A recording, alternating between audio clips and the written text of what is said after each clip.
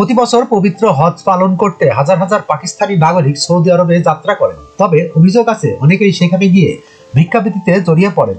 এতে আন্তর্জাতিক ভাবমূর্তি ক্ষুণ্ণ হবার পাশাপাশি দেশটির সরকারও এই ঘটনায় বেশ বিব্রত। তাই এবার হজ যাত্রার আগে যাত্রীদের কাছ থেকে ভিক্ষাবৃত্তিতে যুক্ত না হবার লিখিত মোচলেখা নেবে দেশটির সরকার। খবর গলফ নিউজের। প্রতিবেদনের তথ্য মতে হজে যেতে ইচ্ছুক পাকিস্তানিদের জন্য নতুন নিয়ম জারি করেছেন দেশটির ধর্ম মন্ত্রণালয়। নতুন নিয়মে বলা হয়েছে, পবিত্র হজ ব্রত পালন করতে যাওয়ার আগে অবশ্যই মক্কা গিয়ে ভিক্ষা করব না এমন মুচলেখা দিতে হবে।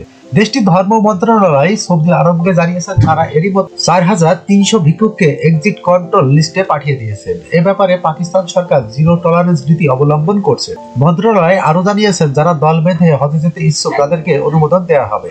এছাড়া যেসব ট্রাভেল এজেন্সি হজ যাত্রীদের নিয়ে যায় তাদেরকেও বলা হয়েছে প্রত্যেক পাকিস্তানি হজ যাত্রীর কাছ থেকে মুচলেখা নেওয়ার জন্য। যখনকার খবর তখনই দেখতে চোখ রাখুন সুন 24 টিভিতে। চ্যানেলটি সাবস্ক্রাইব করুন।